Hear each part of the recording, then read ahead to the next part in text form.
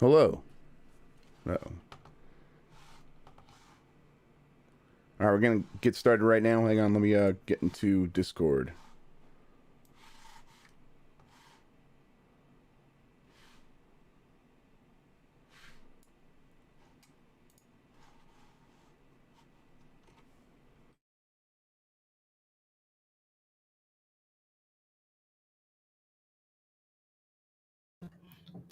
You scared me. You talked on the YouTube thing, and I was Yeah. like, "Oh, he's there." I started talking. I'm like, "He's not saying anything." Oh, All right. he started the video before actually talking to me. No, sorry about that. Yeah, let me get the video on.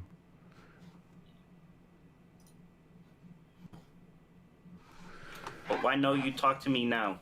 My thing is broken. Hang on. Wrong audio. Change these stories. I hear that battle cry. All right, you might be able to hear me now, and I got to just fix it on the OBS. Let me go to here.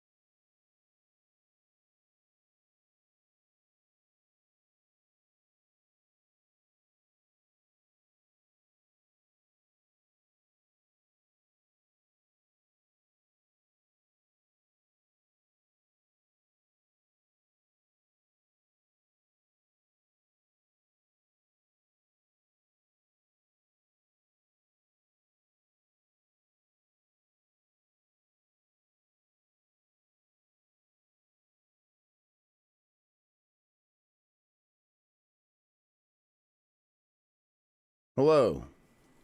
All right. Mikey went to go get something to drink, he said. We're getting started here in a second. Mike has gone to the right. Yes, he has. He disappeared. I don't know. He evaporated.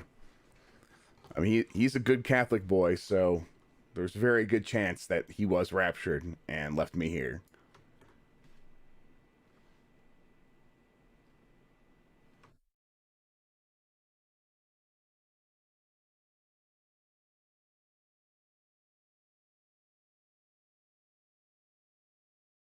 All right. Yep, there we go. Now I just got to adjust him.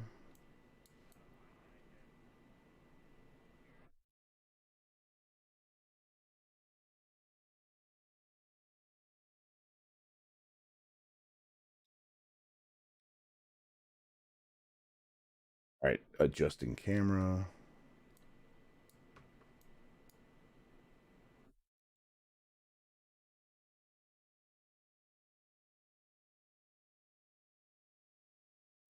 All right.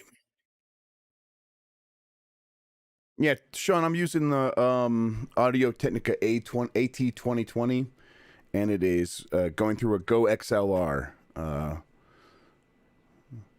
so it's an XLR mic going through the Go XLR, and yeah, I like it. It's good.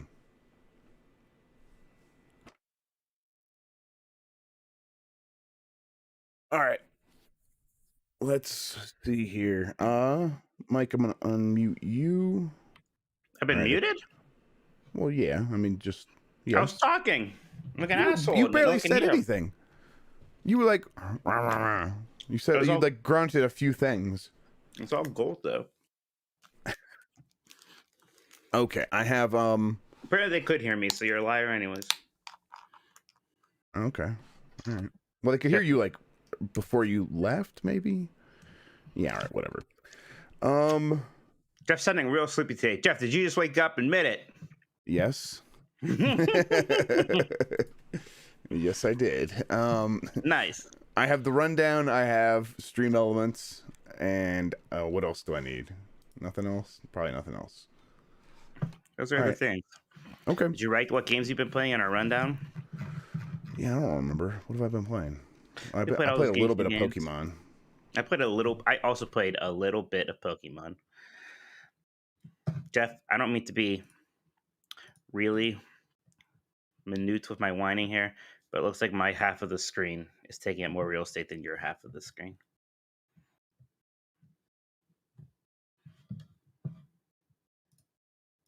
Is that better? Let me see, because I'm watching the YouTube thing. I have to wait. Let's see.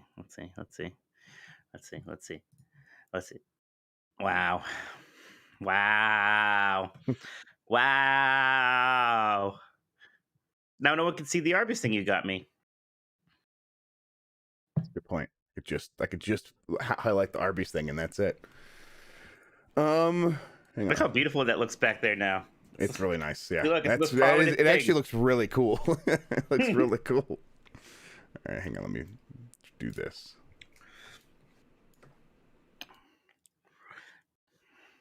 I wish I don't know if there's probably a way to find like what is 50% of the screen in OBS. I mean, you could, you were fine at one point. That's good enough. Actually, now it's probably a little heavy on your side, but you know what, Jeff? I'll take it. Oh, this looks good. This is fine now. I think I adjusted a little bit more. Okay. All right. Oh yes, Jeff. Do you have an answer for this week's topic? Who could say? Who could say what the topic even is, right? It's favorite character, right? I was getting notifications in Discord all week, and I was like, okay, I'll think about it. I think I might just have a really basic answer. I don't know. That's fine. These things. It's fine to be funny sometimes. These things aren't a test of your ability. Yeah, no, yes, I know. Oh, for sure, yes. Yeah, I mean, well, how would you be funny with like, your favorite Nintendo game? Like, yeah. I just want to know. Okay, let me check audio levels. Mike, talk. Hello. Mike, talk. Hello. And then Jeff talks, and then I think I like it when Mike's a little bit louder for some reason because I think his mic it sounds better with his mic if he's a little bit louder. Fair enough. And then okay, all right, and then I can maybe do that. Hello. All right. Okay, Mike, I think I'm ready to start. All right, well, hang on. Let's bring up the music. Let's test the music. Next profile. Check one more thing here. Good? Yeah. Did you hear that? Sound good? Yes, I did, in fact, hear that. One second. There's one more thing I wanted to check. Pratt. Where is that?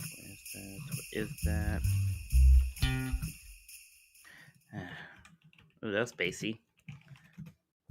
Yeah, that was the unedited one. I just went with this for. Yeah. Okay. I'm ready. You ready? I want to read one more thing here real quick. Sure.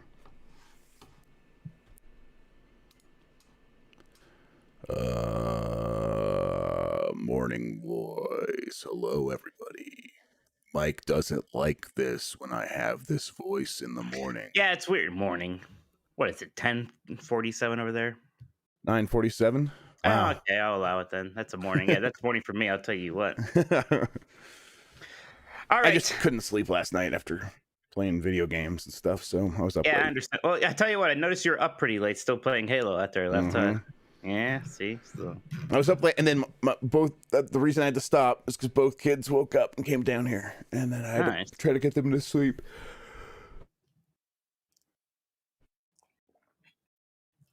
All right, perk it up, Jeff. Yep. I was just thinking the same thing. Let's see here. Splash some Arby sauce on your face. It's time to go. Yep. Just right in the eyeballs. Okay, I have everything I need. Mike, are you good? Benji Bop asked, did you all even play It Takes Two? That's a funny story, Benji Bop. I mean, is it funny? Sad, I guess, for you. Because you basically just, like, after I said, yes, let's do that, and then set you follow-up questions, you never responded to them, and then just also assumed that when I said yes, I didn't mean it hard enough. So that I assumed you didn't mean it hard enough, yeah. So it was just, yeah. I was like, huh, okay.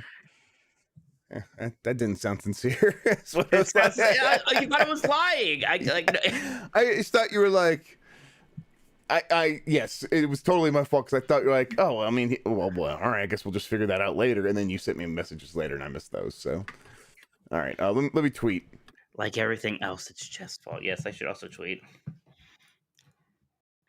was gonna say woof woof.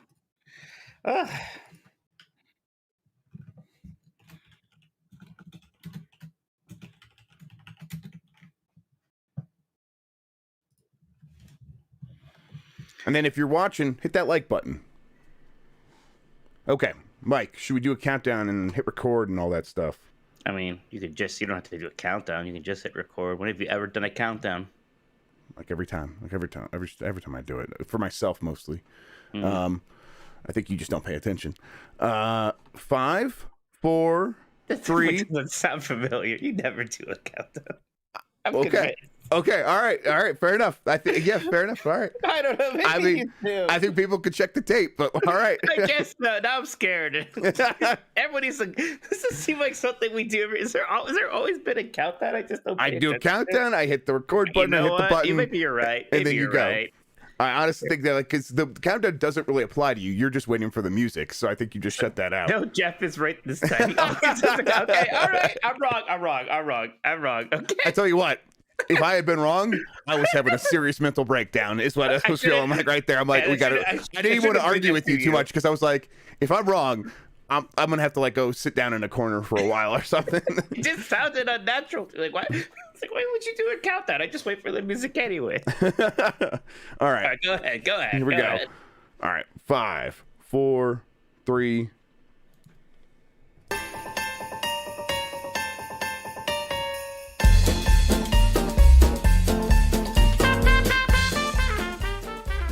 Woof woof. This is. All right, starting over. I don't know why I was thinking about something else, and I was just not. No, I hear you. And you know what? It gives me a chance to check and see what's going on with this thing. Hang on. I didn't know what to do.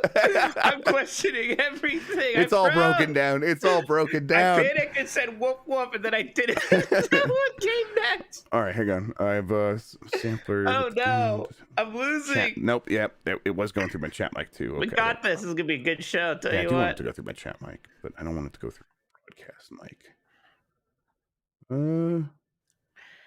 Yes, there we go. That's the problem right there. Okay. All right. Countdown, and then the music's gonna play, Mike, and then that's your cue. That's right. All right, here we go. 5, 4, 3.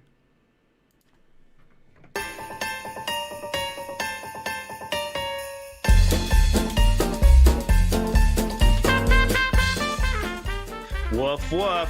Hi, I'm Mike Minotti, and I am a Nintendog. Hi, I'm Jeff Grubb, and I am a Nintendog. And we are the last of the Nintendogs. Woof, woof, woof, woof. Woof, woof, woof, woof, woof. This week, Chris Pratt gets defended by someone who feels like defending Chris Pratt, I guess. Doug Bowser sends an internal letter criticizing Activision Blizzard, and we're talking about our favorite Nintendo characters. Jeff, how's it going? It's going pretty good. I'm feeling that holiday spirit and all that stuff. Yeah. I'm ready for Thanksgiving. It's the truth. I am ready to kind of take some time off and make some food and play some video games. I can't believe that's Thursday already. That kind of November went by fast. Out of nowhere. The whole year it's just flown by. It really has. I'm like trying to like find like ways to do new things to kind of make that time go a little bit slower, but it's pretty hard still. But I'm like, there's a Christmas train that we do out here, and I'm like, I booked those tickets this year. I'm like, we're gonna do that, and I'm like, yeah, we're actually gonna commit and try to have that. That's like in late December, and I'm going to a hockey game in early December. So I'm like, all right, yeah, that'll be fun. It's like now Thanksgiving though, it's like the next big thing. I'm like, let's make that really interesting, and so I can have some memories for these kids and stuff. But that's where I'm at. How about you, Mike? Yeah, pretty good. I've slowly started decorating the tree. I think tonight I might finish that and get some of the other decorations up. I don't know what I'm doing the lights outside. It's cold right now, and part of me is like maybe it'll warm up a little bit. I don't want to wait too long though for it to warm up. I might just have to suck it up at some point here. We'll see. Yeah, I just for me it's just been a lack of time. I'm like we were gonna do it earlier this month and then just ran out of time. So I'm like we have Friday off, so mostly off. So I think I might just do it that day. Speaking of which, should we do GamesBeat decides that day or not? Should we do that Wednesday? When should we do that? I mean, We could just do GamesBeat decides Friday. It's fine I with can me. still do it Friday. I mean, basically, I'm taking that day off to just kind of relax around home. I don't know if you have anything crazy planned. I'm not shopping on I might do some online shopping. So exactly, I'll be fine doing just that. I think so, and it could be a pretty chill episode. Sounds good. We may not need to do our usual 2 hours on GamesBeat Decides this week. We'll see. Maybe we could even do it like a little bit earlier in the day, so like when people are out shopping or something, they can listen to us live and stuff like that. And okay, yeah, sounds good. Yeah, Mike. So what's happening today? Well, first off, thanks for everybody who's watching us live. If you are, please hit that like button, subscribe to the channel if you haven't done that yet. You can send in super chats if you want to ask us any Nintendo related questions. You can also send a super chat if you want to tell us who your favorite Nintendo character is. We're going to be reading all of those responses later in the show. But first, Jeff, it is news time. And I actually wanted to ask you about this one today because I saw this floating around this morning. Xbox Era co-founder Nick Baker says that a Chrono Cross remaster is in the works. I saw this reported on Video Game Chronicles, and I kind of freaked out at first because they kept using the term remake. And I was kind of getting upset at the notion of a Chrono Cross remake because that seemed kind of weird to me. But they were using remake, remaster interchangeably, which is one of my pet peeves, Jeff, these days, I have to say. I'm right there with you. When I make that mistake, I get upset with myself. So I'm like, it's the kind of thing where you got to be very specific because we all, at this point, have a pretty good idea of what one means and what the other means. And there are games that blur that line for sure, but I think this one is probably going to be mostly a remaster. Right, like we know Square Enix has done these things. There's like a big difference between their Final Fantasy VIII remaster and the Final Fantasy VII remake, right? So it sounds like a remaster could be getting announced around Christmas time. I wonder if that means Game Awards. So I think that's good. When it was like a remake, I was like, why bother remaking Chrono Cross? Like, I'm not a Chrono Cross hater or anything, but if you're going to put that many resources into a Chrono project, I would say just maybe finally make a new Chrono game. Yeah, but I agree. Yeah. But remastering Chrono Cross, that makes a lot of sense because that game has never really been out for anything but the original PlayStation. So there aren't a lot of great ways to play it now. So releasing that on more consoles, including the Switch, that's actually a pretty cool idea. I think I would like to play it again. And you can add some slight improvements here and there and whatnot. What's the current temperature on Chrono Cross fandom? Now, I mean, obviously, Chrono Trigger, one of the most beloved games ever. Chrono Cross, I remember it came out, and I was over at... I guess I'll call him a friend. I don't consider him a friend anymore, but I was at his house and I was like they were playing Chrono Cross. I'm like, oh yeah, this is the sequel to Chrono Trigger. I know about this. And they seemed to be into it, but then I never really heard anyone else talk about it for quite some time.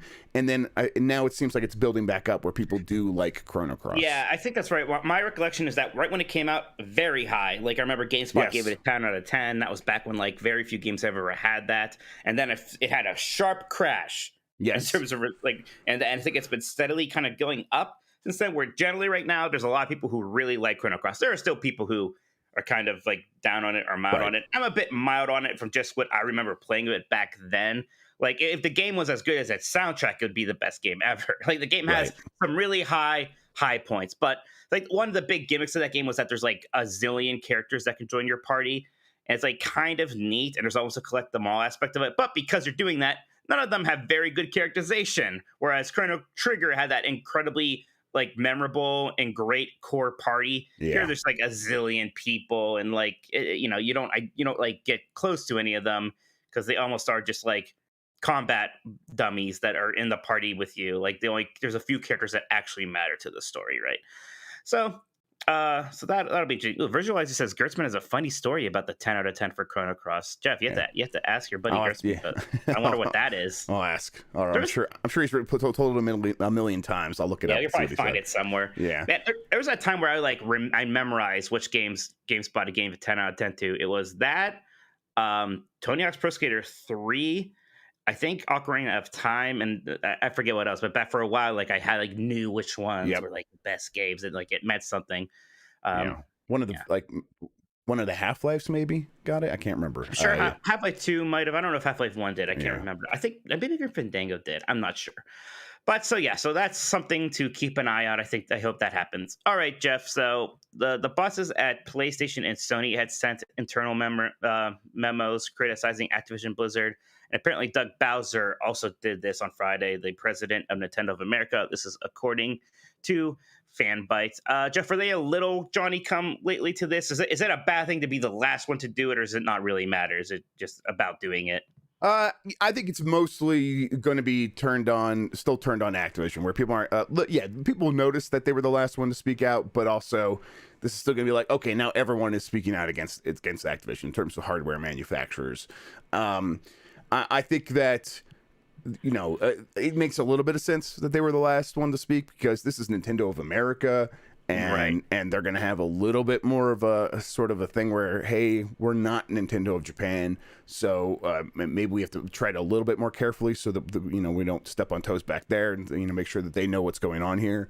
But also, in the end, this was the right thing to say, and they did it, and that's kind of what matters. And so yeah, late, but it's still welcome to know that Nintendo also trying to put a little bit of pressure on Activision. All this, every little bit of pressure helps in accomplishing what the employees have stated they wanted, which is the ouster of Bobby Kotick. Here's what Bowser said in this email. And by the way, Nintendo PR confirmed this email to Fanbytes. He said, along with all of you, I've been following the latest developments with Activision Blizzard and the ongoing reports of sexual harassment and toxicity at the company. I find these accounts distressing and disturbing. They run counter to my values as well as Nintendo's beliefs, values, and policy. He also adds that Nintendo has been in contact with Activision, have taken action, and are assessing others. So that's interesting. Like, what action could they have taken here? What does that mean? I don't know. That's a good question. Taking action. Like, to them, what does action mean? Maybe it just means like Diablo is not featured on the storefront, right? Or maybe, like, maybe it's something like that, or maybe it's just a firm statement made directly to Activision and its board or whatever. They could just say, hey, if this stuff doesn't get cleaned up, we will take even further action, and they consider that action. I don't know. It's a tough one, but yeah, you're probably right. It probably comes down to stuff like we're not going to promote your games too heavily anymore, stuff like that. So yeah, maybe. Yeah, I mean, Nintendo's position is interesting here anyways, because Activision Blizzard don't have any games on the horizon that are going to come to the Nintendo platform, right? You had like the Spyro and Crash stuff, then you had the Diablo stuff, but Overwatch, like, they're not even making, so yeah, Overwatch did come out, you're right, but in the future, I guess Overwatch 2 presumably would have a Switch port, I guess. I don't know. Because if Overwatch is on there, like, yeah, you would release the Overwatch 2 content. Maybe that's what's holding that game back, is the Switch. That's the problem all along. Yeah, right. Their relationship isn't as tight knit as Microsoft's, or let alone Sony. Yeah, so but still, you want if you don't want to be Doug Bowser and be left out here and be like, hey, why aren't you saying anything? Is it because you don't care? Sure. Yeah. So yeah, it's good that they stepped up and said something. Mm-hmm. Absolutely, and yeah, it'll be interesting to see how much more there is happening this week with that story. There's already been a couple things where apparently Bobby has said, like, I'll step down if there isn't change in the company. Well, who gets to determine how much change is enough change, right? A wild thing to say. He's like, yeah, if I can't improve the situation fast enough, and it's like, if you're still there, the situation hasn't improved. That's the whole point now. Is the things that Jalen Brack did that caused him to have to leave, you did the same things. You need to leave. And so same things and worse. So yes, same things and worse, and with more power. Yes, and so if you're still there, the situation hasn't been improved. It's that simple at this point. So it's just a wild thing for him to say. And there's something else, I think, was that today, like there's like they created a new like board or governing body to like handle harassment stuff, and of course it's just, I don't know, it's all so much of them trying to deflect and trying to, I think, just hold on long enough for people to maybe move on. We'll see if people move on. I think this one's gonna stick around for a while. Agreed. Next thing here, so the Mario movie producer has come out defending Chris Pratt's casting. He says that the voice is phenomenal, but he also like kind of says that he's like maybe not leaning into the Italian accent. He says we cover it in the movie, so you'll see we definitely nod to that. That's not the tenor of the performance throughout the film. Okay, So now people have pointed this out because I think we talked a lot about Italian accent when we were originally talking about this. People said they might go Brooklyn instead of strictly Italian, and to me it's like, well, I mean, Brooklyn is obviously Okay. like leans into Italian and stuff like that, so that's kind of what we meant. So literally, like in the live action Mario movie. Right? Yes. So I mean, if it doesn't. It's gonna be weird if he doesn't try to at least do a Brooklyn accent, right? Like if he doesn't sound like he's from New York, it's going to be weird, I think, because that's kind of where the voice comes from. It was, I mean, whatever. I don't know. It's got to be a voice. I'll tell you that much. It can't literally just be Chris Pratt coming in as Andy Dwyer. Right. Yes. Yeah. Can't be like just a complete goofball playing Mario. But yeah, the producer defending him. Yeah. Yeah. You guys made a decision, and you're going to defend the decision. Yeah. Of course you are. Like what? Like, yeah, I did this thing, and it sucks. Like that's not what the producer's going to say. Listen, This is still weird to me. I'll see it for myself. I've been wrong when I've reacted this way before. I will be happy to be wrong here. It's even if I'm wrong though about the execution. No matter what, it's still going to be weird the day that Chris Pratt got announced as Mario. Like that will forever be an almost oddity. killed you. Almost killed me. You almost died. Yes, that happened live on air. I think there's a clip of it on the channel if you haven't seen it. Yeah. But whatever, we'll see it. Hopefully, I hope we get a trailer at like the Game Awards or something. That would be cool. I don't want to wait. I don't want to wait much longer. I just want to see what this movie looks like. Jeff, Dead Cells is getting an Everyone Is Here update, kind of in the Smash Brothers style. Isn't that fun? Yeah, and it's smart. It's the kind of thing that indie games do a lot of. They all try to collaborate and bring in like characters from other games. Meat Boy did. It was like the first time I remember really doing that. Yeah. Right, and now since then, like they kind of all like go this way eventually. But yeah, you could play it. You get skins for different indie game heroes, and that's neat. I don't know how much I ever use this stuff. Like a Meat Boy, I didn't use it. I just played as Meat Boy, and here Meat Boy, they at least controlled differently. Like each one had a different. True. They did, yeah. Thing like a jump or something that was kind of neat.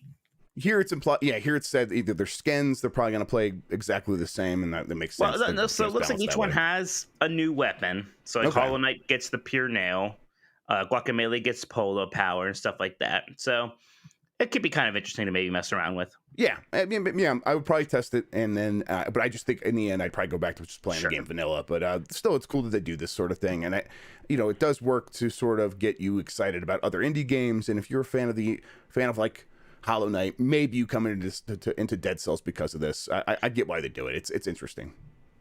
Sonic Colors Ultimate has received an update, I think just yesterday. I noticed it installing on my PlayStation, and this did come to Switch too. This fixes stability and some other things. I wonder how well this game is running now, because I know especially the Switch version was getting a lot of flack. Yeah. And then Grand Theft Auto came along and kind of took the heat off, huh? Yeah. I mean, it's those two franchises that have always just been right there next to each other, Sonic and Grand Theft Auto, right? It's just exactly. Yeah. Listen, I don't. I'm not going to go check out Sonic Colors now, Mike, but if you want to and report back to us, is now the time to check back in on it, or are you kind of like,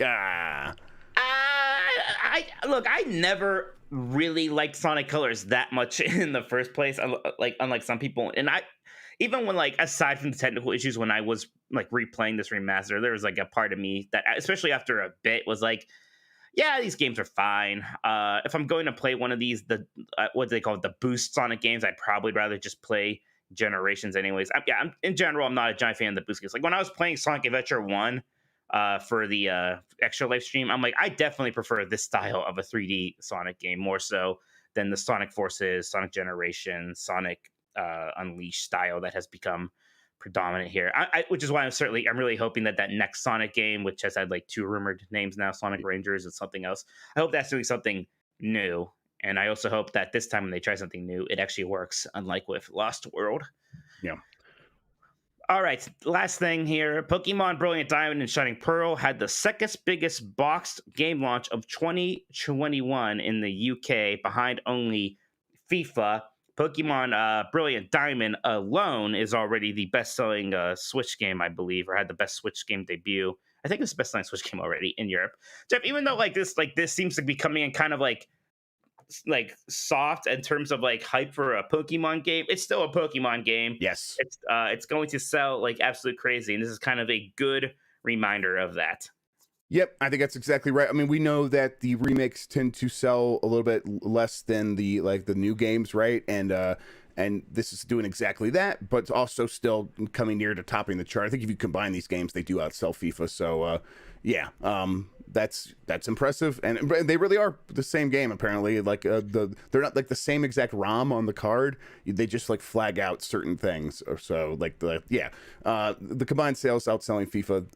That's impressive for one of these. And it's like you're right. Even when there's not a ton of excitement out there and people are looking past it to Arceus, it's still going to do those numbers, and it's just inevitable at this point with Pokemon. Yep, absolutely. And I think we both started playing those games, and we'll talk about them a little bit more when we talk about what we've been playing here. But now it is time for the questions. So we got a bunch of questions here from the podcast community, and I see at least one there from on the super chats. You guys have any more questions, you can send them in. Jeff, are you ready for these? Yeah, absolutely. Do you want me to go with the super chats, or should we just go into the questions first? Let's start with the questions, and we'll give people a chance to send in more super chats. Okay, sounds good. All right, Jayton asks, are you guys planning to pick up any Nintendo games during Black Friday? I don't think so. I mean, gosh, with Pokemon now, and I'm playing through KOTOR, and I have Shin Megami Tensei 5. I'm pretty good. I think I'm pretty set, really. I don't think there's anything huge that I missed. Yeah, I was actually like going to say we should maybe recommend some Black Friday deals, but I was going through the eShop last night, like for the show. I'm like, hey, yeah, maybe there's some games we could talk about, and it's basically every little small game was on sale. I think there was a couple that stood out, but they actually might not even be on sale anymore. So it's like that, like not even part of the Black Friday thing. But I'll be looking through it all week and kind of keeping an eye on it and seeing what there is to pick up, maybe, especially if there's like Nintendo games. But I bought most of the Nintendo games I wanted. I don't think there's many that left out that I haven't. Like the one I'm missing would maybe get is Captain Toad. Like I just somehow missed that on like every platform, and I probably would like that game. So if Captain Toad was on sale, maybe I consider that. I do want to get that the Marvel game that they published, the Marvel Ultimate Alliance game. I would like to get that. Yeah. I had it. It's fine. Yeah, it's fine. Exactly. That's why I would wait for a sale for that. And I've been waiting for a sale, and I missed the last couple. And I'm like, that's the one. I'm like, if that one's on sale on Black Friday, I'll pick it up digitally. Did you see the gameplay footage of Spider-Man in the Avengers game? I did, yes, and it looks like the Avengers game. And then, I didn't have much. It wasn't too moving for me. What do you think? Yeah, I think it maybe looked borderline bad. I don't know. I guess just because like there's. Like it almost reminded me of the Amazing Spider-Man games where they're like Spider-Man fights very acrobatically and almost like he's a luchador. So he's spinning around too much and stuff. And because it's that game, there's a lot of air punching and whatnot. It's like he's just going to this choreography, and he's like, if you run into me and I hit you, it's your own fault. Right? Like one of those things. Yeah. So he's like, Bart Simpson, or is that who it was? Yeah.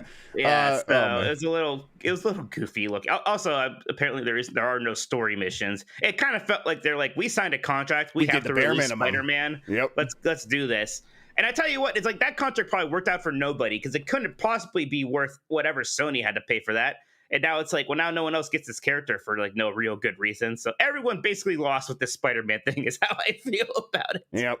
Yeah, it's a real shame. Oh well. I don't have the PlayStation version, so I will probably never check that out. We all got the PlayStation version, me and my brothers, because we're watching Spider-Man someday. Yeah, like, man, are any of you gonna like? You liked the game? I liked it. Fine, I liked it. I played a bit of it. Really, I probably played it much more of it than the vast majority of people. Right. Like I did you're not gonna play some Spider-Man end game content, but even I didn't like go and check out like Hawkeye or Black Panther. So like, how many people did that, man? Yeah, the multiple Hawkeyes. Oof. All right, next question here from Winnie featuring Dante from Devil May Cry. For Mike in particular, but did you follow the Mega Man inspired Bob and George webcomic? Yeah, man, back in the day I did. I used to be all about webcomics. I actually did a couple of my own webcomics quite a while ago. But I read a little bit of Bob and George. I wasn't like a super fan or anything. That was a Sprite comic. Gosh. Bob and George. There's something I haven't thought about in a long time. He also asks a broader question: did you all ever follow any online comics regularly? Okay, there we go. So I was a big Penny Arcade fan from like year one, right? Like when like I still remember the original way that website looked and all that stuff. And I'll still like I like won't go out of my way to read comics, but now they just post them on like their Facebook and Twitter accounts. I just see them there still. So I've always liked Penny Arcade. I mean, I used to love like newspaper comics. I was a big. I used to get all the Peanuts and Garfield collections. I loved Calvin and Hobbes. That I still absolutely adore that today. In fact, my friends and I we went on a sojourn, a sojourn or whatever you want to call it, one time to the Calvin and Hobbes' hometown, which isn't that far from us. Which sounds creepy. It's not like we like tried to stalk him or anything, but you know, we went to his town and just kind of reveled in the energy, I guess you could say. But aside from that, webcomic wise, I used to read PvP a little bit. Haven't done that in a while, but there's like the other big ones was like Mega Tokyo or something. I never really read that. I did not read Control Alt Delete. I just Nick Dermagilli just asked. I did not read Control Alt Delete. I saw some like I seen some of the meme ones, but no, I didn't read that one. Jeff, were you ever a webcomic guy? Not really. When you said revel in his energy, it made it sound like you were like rolling around in his bed or something. I wish. It's real cozy. I caught like the stuff that would get posted to social media, and I'd be like, "Oh, that is very funny," and that's how I would engage with it. I would not ever really go check them daily myself.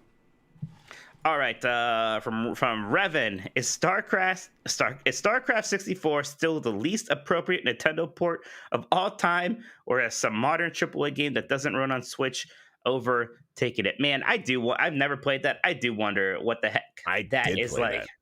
I played it head to head against a friend, and then split screen. Yes, and we were both like very into the idea because like he was the guy in school who was obsessed with war and stuff like that. So, but whatever. Yeah, we sat down, we played that game, and we played it for hours, and then it got unplugged, and we never played it again. It was fun while it lasted, though. It was like neither of us had played the PC version at all, so it was like this was kind of like a fun, cool experience on Nintendo 64, and it's like we could see what each other's doing, but we're just gonna incorporate that into how you play, and it worked out fine.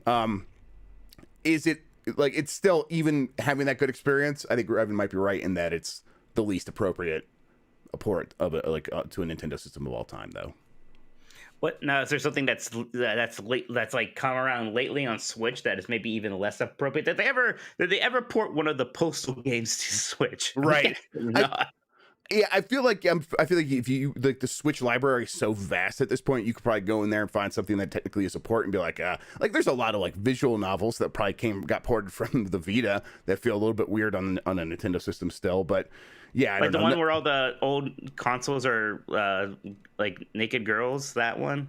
Yes, yes, exactly. Isn't that's most visual novels though? I think so. Well, I mean, that's very specifically the one series, but yeah. Yeah, I'm looking at the deals on the eShop right now, and a lot of them are those visual novel things, and then yeah, it's a lot of the stuff that just looks like shovelware. So, but I mean, if you go to GameStop, you can get the digital version of The Legend of Zelda Breath of the Wild for $27 right now for the first time. Like, that's like really the best deal on that game ever. Very nice. All right. Anderson64 says, with the ESRB rating for Kirby, when do you expect it to release? Just tell me. That's early, right? So, or at least, I mean, maybe it's not early. Maybe maybe the game's coming sooner than we think. Like they said spring, right? Did they say something? I can't remember now. Now I got to look it up. Look it up. So if they said spring and it's rated right now, I'm gonna say it comes out in March. Yeah, they said spring.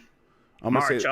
Don't tease me. That'd be so great. I'm getting hopeful. I'm getting my hopes up. Like with the ESRB rating, it's not like they have to send in a playable build. The way the ratings work is you have to send in a video of all of like the most extreme elements of your game, and then the ESRB sits down and watches this video cassette, and it's probably not video cassettes anymore, but they sit down and watch it, and then they determine the rating based on that. So it's not like the game needs to be in its final state, but I mean, obviously it's feature complete, and I guess we could assume that based on the fact that they did say spring. So, but yeah, I'm gonna say March. I'm hopeful.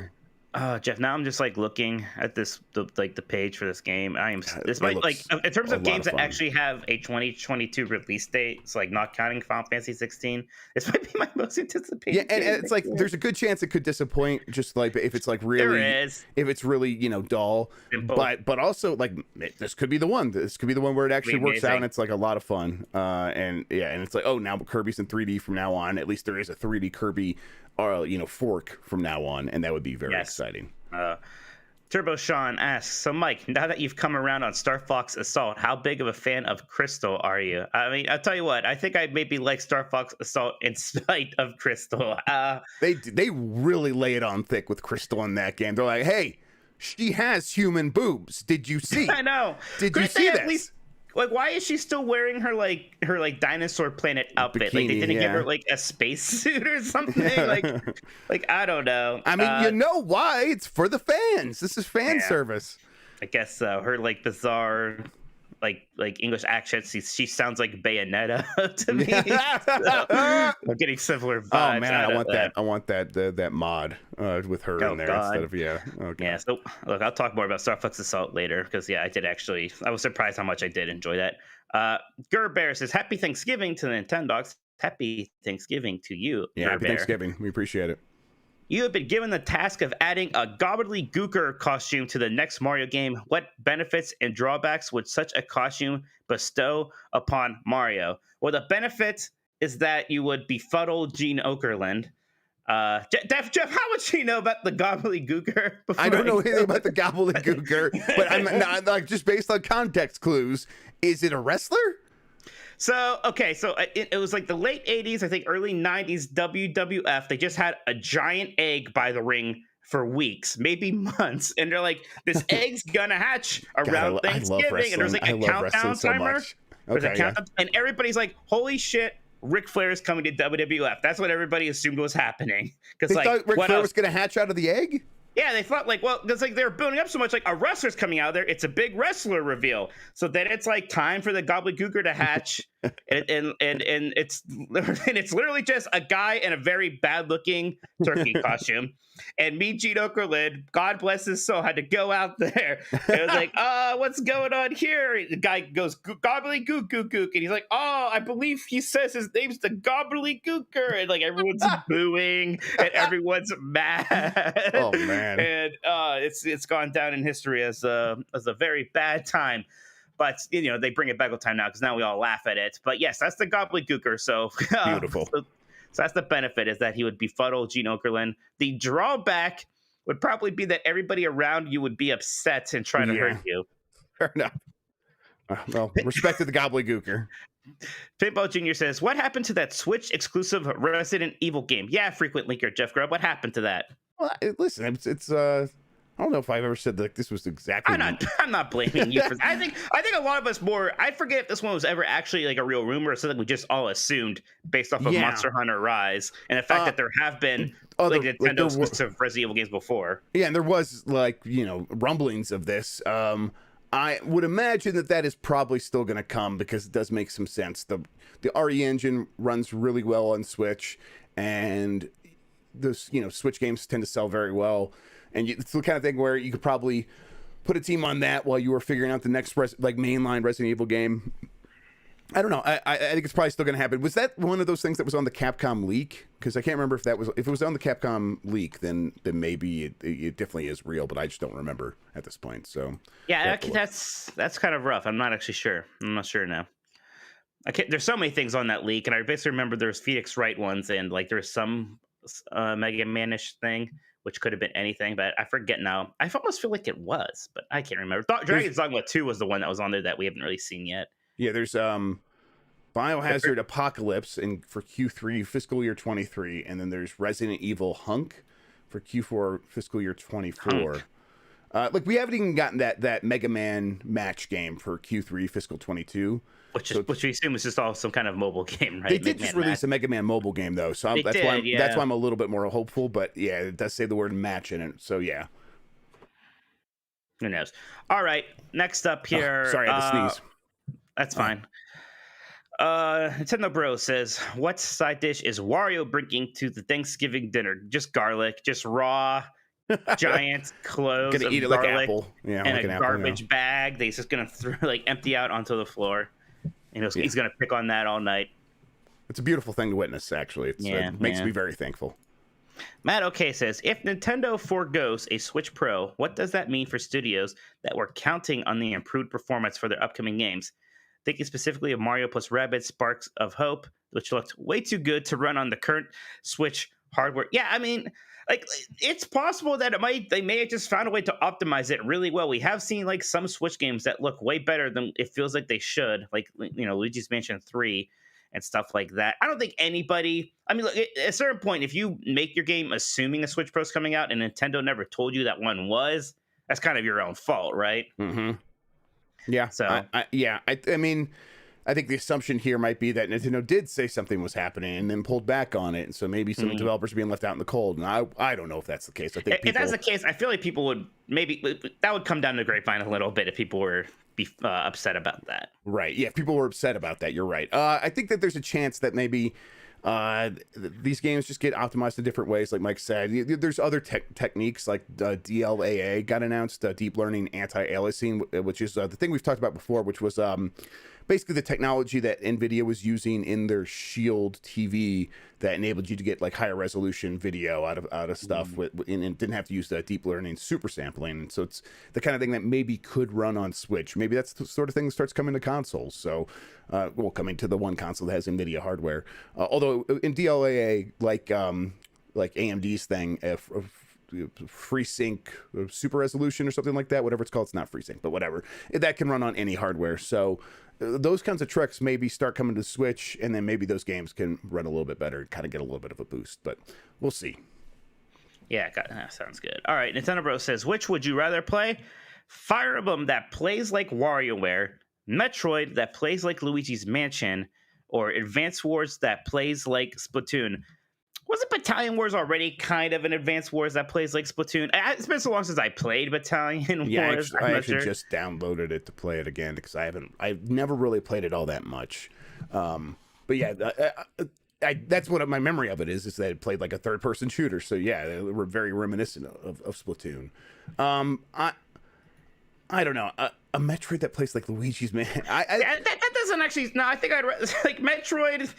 I feel like I'd rather just have it play like Metroid, unless it's like the pinball Metroid game. That's fun. I don't know. I don't see Metroid fitting in with Luigi's Mansion. Yeah, I mean, what does that mean? 'Cause is that not like Other M?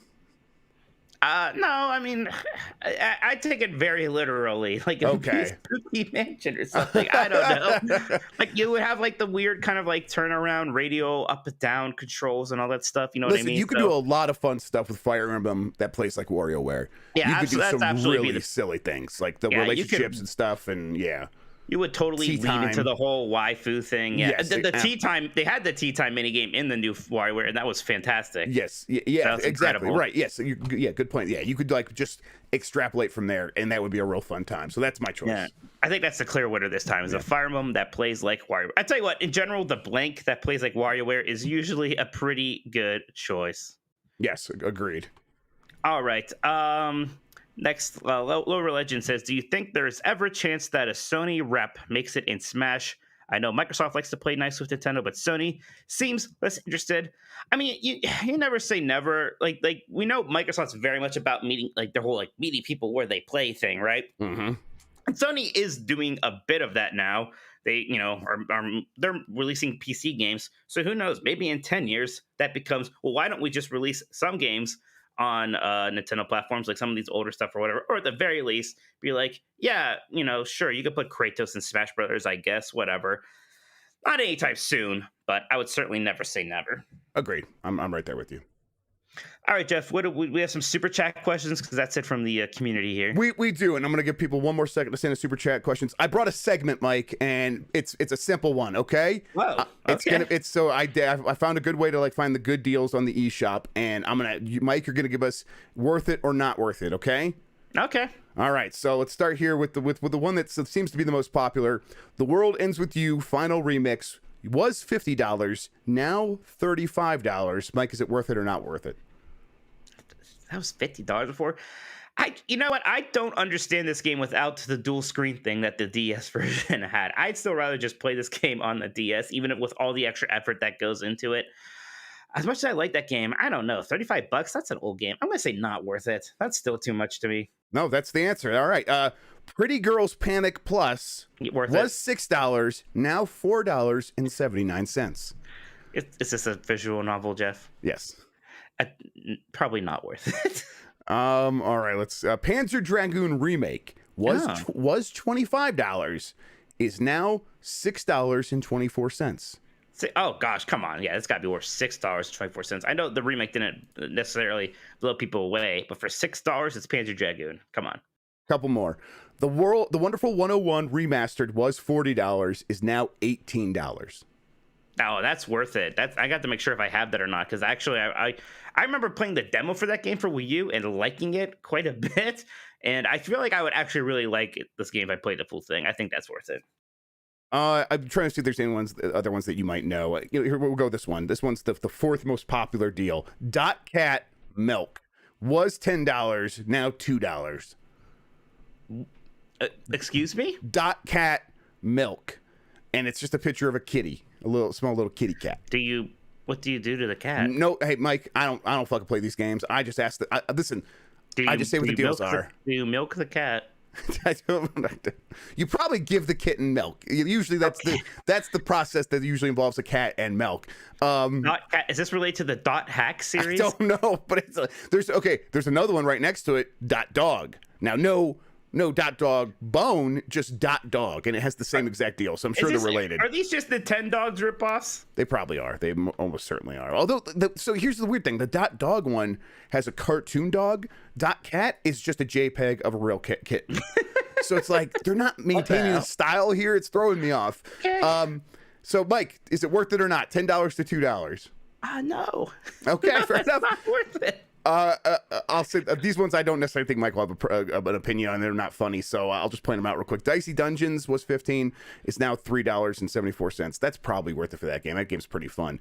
And then Summer in Mara, it was $25. It's $10. That's the one that's kind of like like a life sim sort of thing. People seem to like that a lot. I haven't touched that. All right, Mike. Let's get to these super chats. Let me bring up Stream Elements over here. Where is it? There we go. Okay, so we start here with Major Blazer. Hi guys, want to say I love you and appreciate having you guys to listen to while I deliver flowers. Oh yeah, absolutely. Thank you for doing thank you for doing the work that I definitely used before many times in my life to deliver flowers to people. For flowers to me. Okay, I'm sorry. Listen, your flowers come in the form of Arby's train sets. I tell you what, it's way better. Yeah. From Casual, dear Nintendogs, is there any chance that our digital purchases will carry over with the next system? P.S. I'm thankful for my beefy cheddar boys. Thank you, Casual. I mean, they have to at this point, right, Mike? They have to. You would think, again, like the Switch 2 better be a Switch 2, and it better just be fully backwards compatible. And yeah, it should just be like, it should almost be like when I open up my OLED or when I transfer things to the OLED. It should just be like that, but like the system has better hardware. That's really all it needs to be. Now, it's Nintendo, and it could very easily just not be that for whatever reason. Don't forget, people were upset with the Super Nintendo for not being backward compatible back in the day. Like, that was a thing, right? Yeah. And it was like, definitely parents who were like, man, I bought all these games. They were upset. But like, even kids would be like, yeah, I want my games to work. Yeah, but I just realized you wrote down episode 20 for this episode. This is episode 21, and it bothers me. I did not. I remember not fixing that right now in my brain. I'm like, I gotta do that, and then I never did. I mean, I tell you what, it matters about as insignificantly as anything can matter, but I still need to stop the show and berate you. Thank you for the $70 present you sent me, by the way. You can't even help yourself. Guess what? It's already fixed. We're good to go. All right, great. From Good Morning Games, FMK, traditional oven turkey, deep fried turkey, smoked turkey. Happy Thanksgiving. Hope everyone has a great weekend. This is rough. So there's benefits to all of these. Okay, right. So, I want to hear it. I'm gonna let Mike handle this. So the deep fried turkey gets you the best turkey. Like, that meat is going to be the best meat. It also gets you the most dead. Yes, it's also very dangerous, but also the most fun. So yeah, right. Hey, you can't argue with that. Yeah. But the oven roasted turkey often gets you the worst cooked turkey meat, it's harder to do that way. But it's the only. But you can stuff the bird that way, and I like stuffing so much, and it specifically is better if you put it in the turkey. Like I will sacrifice a bit of like turkey.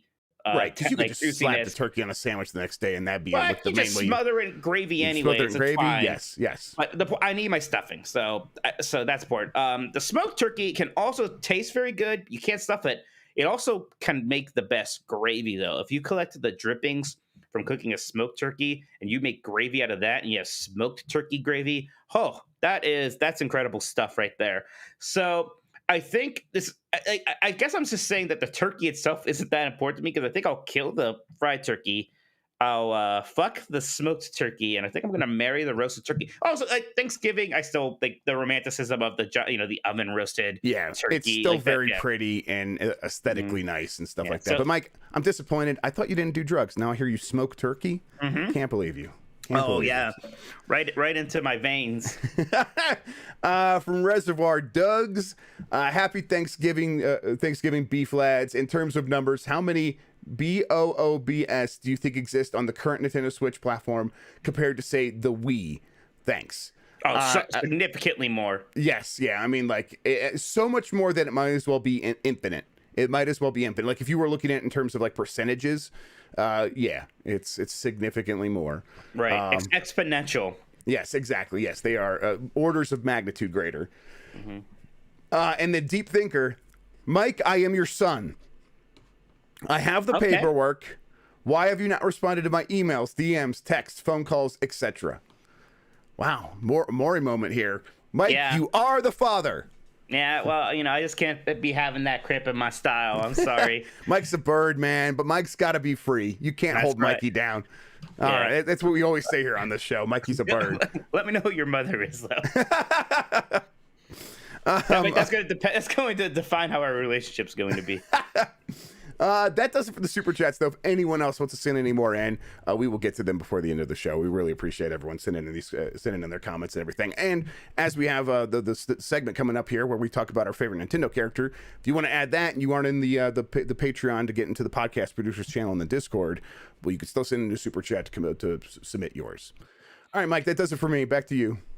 All right, Jeff, it's time to talk about our favorite Nintendo character. So, Jeff, Grubb, who is your favorite Nintendo character? I mean, you say it's not a test, and but it's like it feels weird to just say I think Mario is my favorite Nintendo See, character. I thought you were gonna say Wario, to be honest, but Mario, I guess, yeah. I mean, that's the thing. I like. It's like, yeah, maybe I'll say Wario, but really, the truth is, I think I like Mario. I like the aesthetics of. I like his color, the red and the blue. I think that he's fun. He's sort of the kind of video game character that I want most of the time. Someone who's just sort of empty-headed and is just going to go jump around for me. I don't know. I think Mario, there are some good answers in that we've got from the Discord. And I'm like, some of those, I'm like, yeah, on certain days, I'm like, I really do love those characters. And I also don't want to steal some of that thunder. And the honest truth is, I think Mario is my favorite character. So No, I mean, look, there's a reason why Mario's Mario and everyone loves him. But Jeff, we have to take a small break here for the breaking news, which we actually didn't know was coming. But Epic Games has acquired Harmonix. Wow. That is happening. Harmonix was the originators of Guitar Hero, and then they went on to do Rock Band. So this is the next big acquisition here. Jeff, what do you think about this? I think that like a lot of it's just I don't know. It's hard to like be like, okay, now this means Epic is getting into music games in a big way. I mean, I'm sure that they will, but I think I think what it is maybe is that Harmonix is very creative. Like since doing like Guitar Hero and the Rock Band and all that stuff, they have continued to come up with like new ideas, and now they have that really cool like drop mix tech that they turn into a video game as well. And it's like, I guess if you want a studio to keep being creative and maybe even integrate some like musical tech into Unreal, all that stuff can work. I honestly think that more of it's just Harmonix is on the East Coast, and so is Epic, and they're probably pretty close. And Harmonix is probably like, "Hey, we're available," and Epic's like, "Well, I mean, I guess we'll buy you." I mean, that's kind of where I think a lot of this is coming from. Counterpoint: Harmonix hasn't really had a big hit in a long time. They make a lot of interesting things, But they Yeah, kind of that's why I did not stuff. say successful, but like interesting ideas. Yes. I liked their Fantasia game for Connect. That was maybe my favorite Connect game is their Fantasia game. I'll say that. Is that the one that was better with Connect? That was the one. No, I think that one you needed Connect. Okay, That one fair was, enough. Yeah, Yes, that was all a right. Connect. That was a Connect exclusive. So okay, yeah. So that happened. We'll get that up there. All right. So you say Mario. That makes sense. It says they're so going to make music for Fortnite. Says Niels Ooms. What does that mean? I don't. Hey, Mike. No idea. That's like. Does Fortnite have music? Yeah. Actually, everybody in the world just listens to a Spotify playlist while they play Fortnite. Right. You listen to your friends talk in your ear like while you're playing Fortnite. That's the whole thing. All right. Cool. Whatever. Listen. They'll probably they probably will integrate some sort of musical tool into Fortnite, Sure, and make it part of like their creative thing or something like that. So, okay, whatever, cool. I'm fine with that. Okay, so you said Mario. I think my answer is actually a lot more obscure than yours because I think it is Gino from Super Mario RPG. I really like that character. I love the design of that character. The kind of like Pinocchio, the wizard Pinocchio, basically, right? Yes. Now, when you were a child, magic, how did you pronounce it? I might say Gino instead of Gino. I think I might say Gino. Yeah. I can't remember now. I think it changes constantly until I actually met people named Gino, and I was like, oh, okay. Right, yeah. Actually, I may have always said Gino. I'm not sure, but I know it's been contentious. But yeah, I mean, I love that character, and it's one that I definitely wish would come back in some way. It's one I wanted in Smash Bros. Like a lot of people for a long time, and maybe next time around that'll happen. I don't know. If not Gino, like Samus is fantastic, and Metroid Dread really drove home how great that character is. Yeah. There's a lot that I like a lot. Kirby has always been appealing to me when they do that character right. I think if some of them don't get called out by our community, I will I'll name a few more at the end here. But Megan in chat says they did say that it'll be used for Fortnite musical experiences. Oh, so like the concerts and stuff. I mean, right. Yeah. That makes like if you want to like integrate music technology, music performances into Fortnite, this is the one studio that really understands that tech. So I think it makes a lot of sense when you think about it from that perspective. Maybe if all this stuff didn't happen with Activision Blizzard, they would have bought Harmonix just to make them a Call of Duty support studio. Man, that would be truly depressing. All right, Mike, I want to hear some of the community. What do they have to say about this? All right, so Romham says, Felix from Golden Sun. Golden Sun is very good, but Golden Sun 2 was better all around. It just improved on the first, and he's the main character, and I need to shill for Golden Sun any chance I get. Yeah, people like the Golden Sun. At some point, I need to go back and actually play through all of those. I played a bit of one back in the day, but not enough. Jeremy / Gucci Gaga says, my favorite character is definitely not Metroid since she can't crawl. That's absolutely fair. Jesse Don Cabeza Norris says, Solid Snake from Smashed Brothers. They said Smashed Brothers specifically. If he's not allowed, then Minecraft Steve, also from Smash Brothers. Yeah. Nick Turbo says, ever since I can remember, I always loved Yoshi. It is probably because my favorite color is green and most little boys like dinosaurs. Oh, yeah. When I was a kid, I absolutely liked Yoshi the best. And a lot of in a lot of games where it's just the Mario crew, like the core Mario crew, I usually like to pick Yoshi, like in Mario Party or Mario Kart. Although now that Rosalina's an option, I like to pick her a lot of the times. My first AOL screen name was Yoshi888, actually. Wow. So Yoshi Boy 888. That's it. Yoshi Boy. Yeah. Yoshi Boy. That's very cool. Do you remember? I don't know. Maybe remember that Tim and Eric skit about the it's Cinco Boy. That's what it reminds me of. I'm your from Yoshi Cinco. Boy. Yeah, exactly. Sorry. Okay. I am Pizza Totino's boy. Yoshi Boy. Yep. Crimson 13 says, just want to say there's something very special about Yoshi's story in Nintendo 64. It was very chill and interesting. My favorite Nintendo character is Link, though. Generally, love his look and adventures. Yeah, Link's. I mean, there's so many Links, right? Like the Wind Waker Link. I'm a very big fan of that. Like, there's no Links that I dislike, to be clear, but there's some Links that I like more than others. It almost dilutes it a little bit for me, though. I think having all the different Links, I think that's why I'm like Mario consistent. That is, it's just Mario. That's maybe why I prefer Mario. But like Link is right there. Link is great. Benji Buff says, got to be Donkey Kong. Was literally in the first Mario game. Started in his own beloved 2D platforming franchise. Has a memorable 90s rap song. Was considered a lucky space in a few Mario parties. Has a game you play with bongos. He got his own Kong family. And he always seems positive and very expressive without saying a word. love that monkey. He's also Jeff Rogan now, Jeff. So you know, did I say Jeff Rogan? Seth Rogan, Jeff. You said Jeff Rogan. Benji Bob said monkey when he's clearly an ape. There is no tail. Wow. And yeah, I like Donkey Kong a lot too. I wonder, like, he's referencing like the older model a lot. I wonder how he feels about the Donkey Kong Country like revision. Well, he did bring up the 90s rap song and the beloved 2D platform friends. Right. That's the Donkey Kong Country guy. So you're right. You're right. I like both models quite a lot. I like both, but like Donkey Kong Country became my Donkey Kong, and I like that character. That's everyone's Donkey Kong. I mean, that's why I didn't play Donkey Kong Country 2 and 3, because he wasn't like a playable character. Right. And you need to play Donkey Kong. I know I do. I know, but that's as a kid. That's what it was. It's so weird playing Super Mario Kart because it was right before we got the Donkey Kong Country Donkey Kong, so it's literally Donkey Kong Jr. is the Donkey Kong character in that game. It's like it's bizarre. Benji Pop continued. Also, shout out to Mirror B from the GameCube Pokemon games. Easily the sickest and most memorable side character from any game ever, and his theme music and Pokemon XD specifically was a certified banger. I don't know who Mirror B is, but someday I'll play through that game and then I'll learn. Right. Wildfire Alex says, my favorite Nintendo character of all time is Kirby. His simple demeanor, his simplistic design, and the fact that all he wants to do is eat and sleep is why I not only love him the most, but also why I relate to him the most.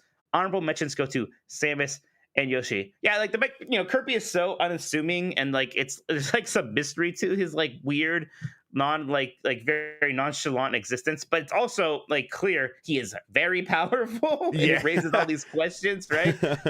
I love Sakurai for leaning into that. That stuff is really great. Just amplifying Kirby being super powerful and stuff like that. I mean, he was the only one who survived in Smash Brothers. He was the one who had to save everyone else. Is the true story that he was a placeholder character? Like, was that confirmed? I know that's the story that goes around, and like we're going to replace him later, and then they just didn't. I think that's right. I wonder if that's exactly true. That's fantastic too. I'm like, that's why his so simple design is basically a circle. Yeah, they just drew a simple design, and now it's like, oh, he looks like a friend. Let's keep him. I'm like, he does look like a friend.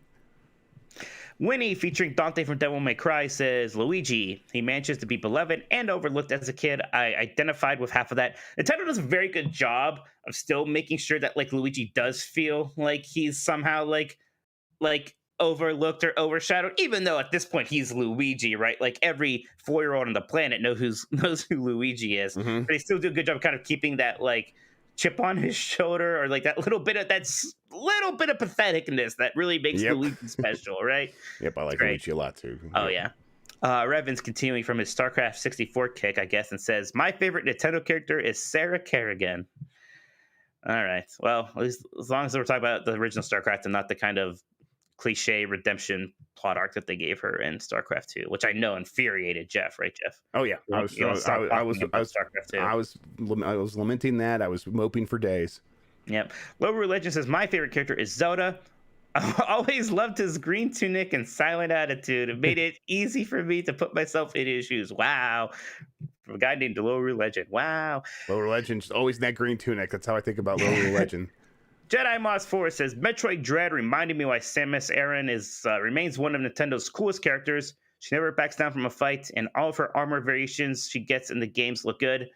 I mostly agree with you. I don't love the gravity suit color scheme with like the purplish just kind of mixed in with all the other colors. And it's always a bummer to me that that's the last one you get. So in the final coolest cutscenes of the game, I always have like the one color scheme that doesn't quite sing for me. Mike is wrong. The gravity suit is great. Gravity suit looks so much better. Gravity suit always looks better than gravity suit. I do agree though that Dread does a great job of making Samus Aran one of my favorite characters again, for sure. She is fantastic in that game. Alex says, my favorite character would have to be Link. Ocarina of Time was my first game, and I've played it dozens of times by now. Most games have him as a largely blank canvas for fans to build on. I think that makes him so fun.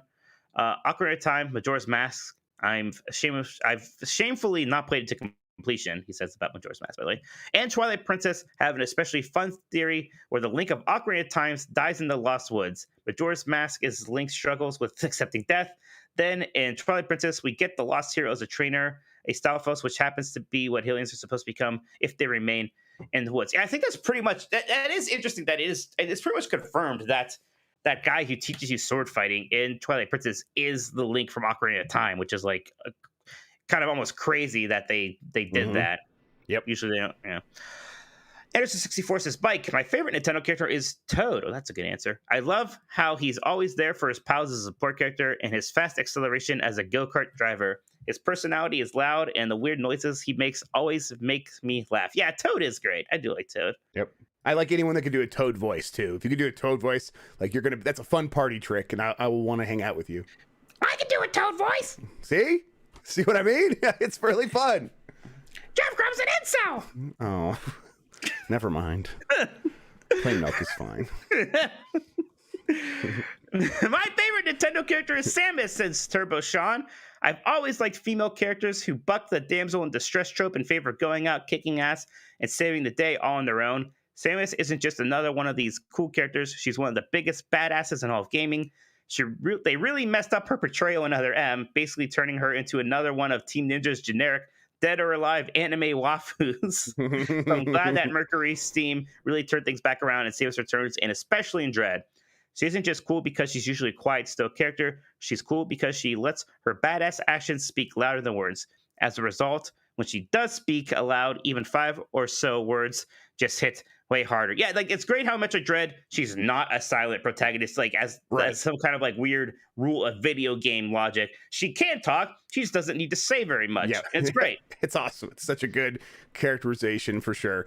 I will say, Mike, when I started talking about the Toad voice, and I could see you like prepping yourself to like do it, like I was worried, like, can I do this? You're like, I could do this, and like you just like it came out, and I was like, like it blew me away. But yeah, no, Dread is great for everything that happens with Samus, and yeah, the one line that she says was chill inducing, gave me chills.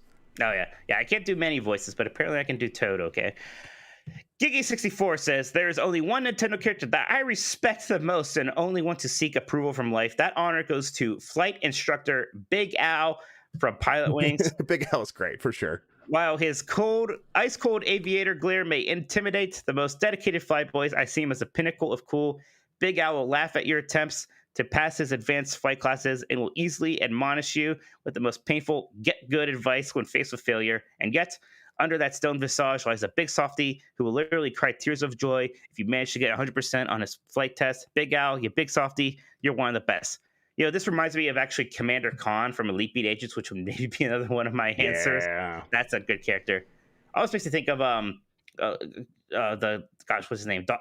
Doc from Punch Out. I know you like him a lot, right? What's his? Is that his full name, Doc? I feel like there's more to it. I think it's just Doc.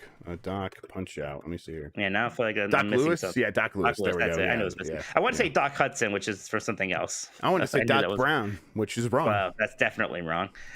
All right, Jotten says, Luigi is the one I relate to the most as being the second brother in the family. Other than Luigi, I find 9Volt's mom, Vivolt, kind of cute and WarioWare. 5Volt is fantastic and WarioWare. Yes. She was definitely my favorite character me too. In that game. I was a big fan of Vivolt. Yes. Is that Nintendo's first MILF? No, Ash's mom, right? Yeah. 5Volt, though, yeah, it's the top tier for sure. Napper says, Luigi, specifically in Paper Mario Thousand Year Door, I want more arrogant Luigi. Yes, that portrayal of Luigi in that game is absolutely fantastic.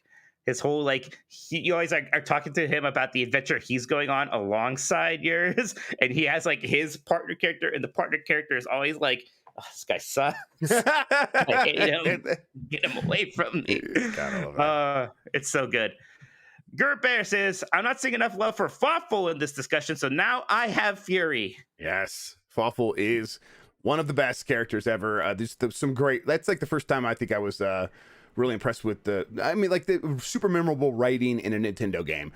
They avoided a lot of writing, like strict, like, script writing, and there it was like, this is fantastic stuff. It was reminiscent of probably like LucasArts games in terms of like its quality of humor, and a lot of non sequitur stuff, but also just very very funny commenting on what was happening in the game. Fawful is fantastic. Fawful is from Mario and Luigi Superstar Saga for people who are lost. And some of the other games after they showed up. Yes, yeah, he does show up in Partners in Time and some of the other ones. Yeah, a little bit. Blackheart Final says, for sure, Kirby. He's a man of forgiveness. How many times has DDD, Meta Knight, or Magalore? Which one's Magalore? I can't remember. I feel like I like Kirby. I can't remember who Magalore is. How many times have they been up to no good and had to be thwarted by our puffed protagonist? But afterwards, he's always willing to forgive, forget, and share a strawberry shortcake with them. He's not only a hero on the outside, but a hero on the inside too. You know, Jeff, I also actually like King DDD quite a lot. Me too. King DDD is fun. Yes. That's great. Magalore is the final boss of Kirby's Return to Dreamland. I didn't play that one, or didn't play very much of that one, so that explains things. Okay, that's why I don't know. Pinball Junior says Daisy. She only had to be rescued once, unlike Peach. She also started the trend of lots of tough redheads in video games. Also, my pick in Mario Kart / sports games. I'll tell you what, I like Daisy in the Mario Strikers series for some reason. Yeah. Is she a redhead though? I thought she was just kind of a brunette, like a light brunette. Is she somewhere in between? Maybe it's like a burnt brown or something like that. One of those ones that's like slightly red brownish. I feel like she's relatively kind of darker skin for a redhead, right? I mean, not all redheads are from Ireland, so wow, it's a very racist thing to say, Mike. About I'll tell you what, in Ohio they all are. Yeah, fair enough. Yes, yeah. No, but you're right that I don't think she's necessarily a redhead. I guess I'd have to look at pictures or whatever. Maybe this could be a poll. Is Daisy a redhead? Yeah, there you go. Is Daisy a redhead? I want because I feel like the answer's no, but I might be wrong. She looks like a redhead. Well, no, that next picture she definitely looks brunette. Now I need to look. Let's do a poll. I'm gonna do a poll. Now I'm gonna do this. Daisy, Mario, and I need to look myself. Yeah, that's fine. You're right. There are definitely somewhere she looks more like a redhead than others, but in general, I think she looks kind of brunette-y. Not for absolutely no reason. Daisy, Mario, Striker. Not in the middle of the show. You can't do the show horny, Mike. How many times have I told you? Oh my gosh, they really. They knew what they were doing with this concept art. Oh my god! Wow, wow. All right, let me see. Okay, yeah, but actually, maybe I should turn that off. I'm getting distracted here. All right, Nintendo Bro says my favorite Nintendo character is the baby Metroid from Super Metroid. What a hero! That's a good one. That's Say the life of the galaxy's coolest bounty hunter 3 times. Yeah, the baby Metroid's fantastic. As relatively modish as I am on Samus Returns, I loved how they expanded the baby's role at the end of that game. That was fantastic. Like that game ends very strong because the baby Metroid is super good, and the baby Metroid's like part that it plays at the end of Super Metroid is just one of the best Nintendo moments of all time. Visualizer says it's too hard to pick one favorite character, so I'm just going to say the entire cast of Majora's Mask. It was cool to see a lot of the mostly one-dimensional side characters from Ocarina of Time be reimagined and given their own personalities, relationships, and interactions with each other. What a special game. I'm going to interpret that answer as being for Tingle. So that's one for Tingle. Yes. All right. Tingle's a great character. Actually would have been one I would have brought up had you not mentioned it right there. Yeah, you're right. That definitely means Tingle. Mm-hmm. No one said Waluigi. Did I miss that? I feel like someone. I mean, I didn't see it. Yeah. Yeah, how about that? Let's see here. All right, I noticed we did get an answer here from PJM after I started, who says Red from Pokemon is my favorite Nintendo character, easily overlooked, but the fond memories of Red and Blue as well as fighting him at the end of Soul Silver is the best part of any Nintendo game for me. Yeah, I do love how like that, you know, the Chow you play as in the first game becomes the secret ultra hard super boss at the end of Gold and Silver. Yes. That's fantastic. That's fantastic. That's a really good move. I like that a lot. Yeah, absolutely. Let's see. Do we get any more from the super chats? Okay, yeah. Fluffy Cloud Entertainment says Cap'n from Animal Crossing. I love his songs that he sings and find them both inspiring and hilarious. One of the AC characters that had some depth. Cap'n is a very good Animal Crossing character. It's the one that drives the boat and to the islands and sings songs to you while you do it. All right, I brought up a fun character, Challenger from the original arcade Punch-Out. I think he looks very stupid, and I've always been attracted to how stupid he looks. There are like 20 Punch-Out characters that are better than this. Yes, that's true. Let's talk about some of them. Let's see. Last show. Yeah.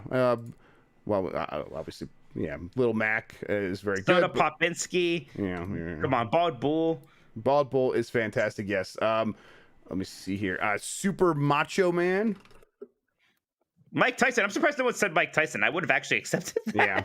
Super Macho Man. It looks like, especially in the Wii version, Just looks like a real douchebag. Oh my God. The gold chain and the tan. It literally looks like they did a fusion dance between Hulk Hogan and Ric Flair. Yes, I think that's the character. Yes, that's very much what they're going for. Yes, and that's what they got like in the one in the art there on the bottom right. Let's Jesus. see.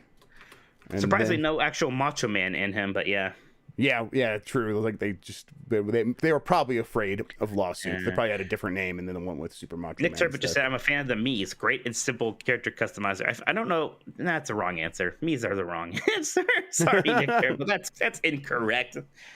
The Mii's were fun at first, but I get tired of those very, very fast. All right, Jeff, are you done obsessing over Super Macho Man? Yeah, there's my Super Macho Man's butt. All right, okay, yeah, I'm done. Let me turn this off. You could have at least brought up, if you're going to bring up pictures, you could have at least brought up Daisy's Mario Strikers concept art, but no, we got this instead. There we go. There we go. They really did know what they were doing there. They're like, yep, we're just yeah, come on. Front and forward. Everyone knows what's going on here. Her ass is huge. Yes. Look at that. And it's like sticks out like really far from like her rib cage. Yes, it's ridiculous, but I'm not saying I dislike it. We all know, Mike. We all know. All right, Jeff, any other honorable mentions that you forgot about here? No one said Bayonetta. If Rachel was here, she would have said Bayonetta. Yes, Bayonetta. Yeah. I'm glad someone mentioned Fawful. That's definitely one that I'm a huge fan of. I don't know, not too many others that I feel like we need to call out, but I was pretty happy with what people brought for that one. How about you, Mike? Yeah, I think we got a lot of the big ones covered there. So for next week, I want to know, this is kind of stemming from the Super Metroid talk we just had, what Nintendo game has the best ending? Try to be relatively spoiler free, especially if it's something newer. But you can obviously say some things here; it'll be fine. But I want to know, what Nintendo game do you think has the best ending? And that'll be our topic for next week. Jeff, let's talk about some of those Nintendo games we've been playing. I played just a little bit of Pokemon Brilliant Diamond. Haven't quite gotten to the first gym yet, but I basically completed all the 30-minute onboarding stuff. How about you? Yeah, I'm right there with you, where I'm starting to go out in the world now, and I could capture Pokemon. Nintendo sent me a code for Pokeballs, which was weird. Yeah. I got an email, like a real life email. So that is actually something you get just for buying the game digitally, right. I think. Yeah. So I also got that. I'm not going to bother. That's not worth the time to put it in. Pokeballs aren't expensive. Yeah, that's what I was wondering. I'm like, is this some weird microtransaction thing? What is happening here? It's like, I don't know. No. There's a gift system in a lot of the Pokemon games and stuff like that. I don't quite understand it. But I mean, look, this is a Pokemon game, and it's kind of weird because I don't even remember what it was that Diamond and Pearl added to the whole franchise, right? The stuff that at some point seems like big improvements now that probably been so ingrained in the series since then that they're lost. And I'm almost shocked how simple that this game feels to be. Not in a bad way. In fact, I like that compared to, say, Sun and Moon's way overbearing beginning and kind of being really obnoxious, stuff like that. This one feels almost just like Red and Blue in terms of the start. You basically just go out there and you get going pretty quickly, and that's fine. I do like the look of the game, like the chibi style. I think it fits it pretty well. It is a little. I can understand why maybe some people were hoping for maybe something a bit more extravagant in terms of the remake here. So usually when they remake of the Pokemon game, they remake it using the tech of the latest mainline Pokemon game, right? So when they remade Red and Blue, it looked like Ruby and Sapphire. When they remade Gold and Silver, it looked like Diamond and Pearl. Mm-hmm. So and so on and so forth. This game does not look like Sword and Shield. In the battles they do, because it's just using all those assets. But I get it. It's fine. I can understand if some people are disappointed by it. I'm enjoying it fine. I don't know how much of it I really want to play, because again, it's this is an experience I played a million times before. I'm getting the sense that it's pretty split, though, because I was on the Nintendo Switch Reddit the other day, and there's a thread that says Pokemon Brilliant Diamond, Shining Pearl proves Pokemon needs to go back to its roots, and then basically saying, this is it's overhead, it's simple, it's just like the old games, and it has 6,000 upvotes, which is pretty high even for the Nintendo Switch subreddit. And I agree with that in some way. In some way, I bet I would ultimately like this more than Sword and Shield if I played through it. But again, I grew up with that stuff. Right. No, I think that's what a lot of this is. But then I think there's I like honestly like playing this. I'm like, I should probably just go get Let's Go Pikachu or Let's Go Eevee because Right. I want to see the Pokemon on the screen. I think that's something for me that would be the difference here. Where I'm like, I played old Pokemon games and enjoyed them. I don't know if I need to play another one personally. Not that I think this is a bad game or anything like that. It's just I think I might not be in a mood again for something exactly like this. I think I'd like to see the Pokemon on screen, go capture them that way. That would be nice, and that's kind of maybe what I want. So maybe I should go do that instead of playing this one. Not that I have been sticking with this a little bit, and I'm like when I turn on my Switch and I see it there, I'm like, oh yeah, I should continue playing through that. I highly doubt I'm going to get through all of this to the end or anything like that, though. I will say I forgot that this is the one with Piplup, who becomes Empoleon, which is one of the best card Pokemon, as we determined in our tier list. So that made me happy. I'm like, oh, Piplup is great. So that's good. I feel like there are good Pokemon in this game. So. Yes, there are. It reminds me of there was a tweet about it, and what's his final form? What's Piplup's final form? Empoleon. Yeah. So someone had a picture of that in that meme from It's Always Sunny where Dennis is pointing at the picture. He's like, I've had enough of this fucking guy, and I'm just like, I get it a little bit with him. It's a great Pokemon, but I just get it. Yeah. So no, go ahead. I'm sorry. Listen, I'll probably stick with this a little bit, and then we'll see. But for the most part, I'm going to be looking forward to Arceus a little bit more. I want Arceus to sort of blow me away, and I still I'm skeptical about that, but still. And it helps that it's on the horizon, so you can't be too mad about this very traditional Pokemon game. Yes. No harm, no foul here. There is I had this thought, like, I remember almost none of this, and I know I played this game when it came out, so I'm like, if none of this stuck with me the first time, why exactly am I going to go through all of this again, except literally just to get, like, the Pokemon, like, endorphins, right? Yes, exactly. Which I could get from, other sources, but this is the new shiny one, so I'm going to do it with one of them. It may as well be this one. So. I will say I have an analog pocket on the way, Mike. I have an analog pocket coming very soon. And we talked about like playing some. What's the best Game Boy Advance, Game Boy Color Pokemon game that I should actually get into? Since the one I was actually thinking about rather just doing that. I mean, probably Pokemon Crystal from Game Boy Color. If you could play Soul Silk, can you play DS games on that? Probably not. There might be a way eventually, but no. Yeah. I mean, if you could play the DS remix of Gold and Silver, that would be the best. That's probably okay. Right, but I would say either play, if you want to play a Game Boy Color game, play Crystal. Chad has opinions, by the way, on this, but keep going. Yeah, Crystal for Game Boy Color. If you want to play one on Game Boy Advance, Emerald would be good, or the remakes of Fire Red or Leaf Green would be fine too. But Emerald and Crystal seem to be the popular answers there. Emerald seems to be pretty popular. Yeah, people are like, Napper is shouting Pokemon Crystal, and then there was a bunch of Emeralds after that. Yeah. Okay. Yeah. Any other games from you, Mike? Well, Jeff, we did that whole GameCube kind of mega stream thing. A lot of fun on the 18th. That was a lot of fun, and like the most fun part was playing these GameCube games I didn't play before. That a lot of people here recommended. We've just been hearing about. Yep. Like we played Mario Strikers with each other with the online thing on Dolphin, which actually like that was like hit or miss depending on the game. Like Star Fox Assault, it just would never work with that. Yeah, it just literally stopped playing. Yeah.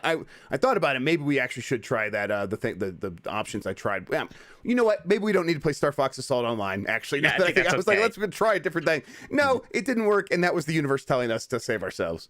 But Strikers worked very well, and we were having a lot of fun with that game. I don't know how I missed that one. I mean, I think I missed it because I had Sega Soccer Slam, which I actually do want you to play it at some point. I think I might have rented it now because I remember. I think it got good reviews, right? Sega Soccer Slam. Yeah, it got good reviews. It's the one where all of the soccer players are national stereotypes. Right. Yeah. I think I remember the luchador Mexican soccer players, and I think I played as them. I think I must have rented it. Yeah, but Strikers was a very good time. We were having a lot of fun. It just felt very snappy. It felt very good. We like within 2 games we figured out pretty much everything there was to do, like how it works. There's items and Bowser shows up, but it just felt so good. It was a lot of fun. How could they not make another one of those like immediately? Especially now they own Next Level. Like what the heck? Yep, agreed. But and then I played Star Fox Assault's campaign, and I was surprised how much I enjoyed that. There was nothing wrong with that. I thought that was a good time. I think the ship segments that I played were good. They were Star Fox. It was, for the most part, it felt right. I was not playing on a GameCube controller, so the controls felt a little bit awkward to me. But you were playing on a GameCube controller. Seemed like you were having a good time. Now, the on-foot segments, I think, were always where people said it fell apart. It seemed like when I was checking on you, it just seemed mediocre at worst. Is kind of how it was. Yeah, it was fine. Like I was still having enough fun with it. I was, still running. The only thing that was bothering me was that I forgot to like invert the controls on the tank in the settings, so that took a little bit. But it's like one of those. It almost feels like you're playing on a multiplayer map, and it's just like, no, here's your objective is to kill these things, and then go run around and do these things.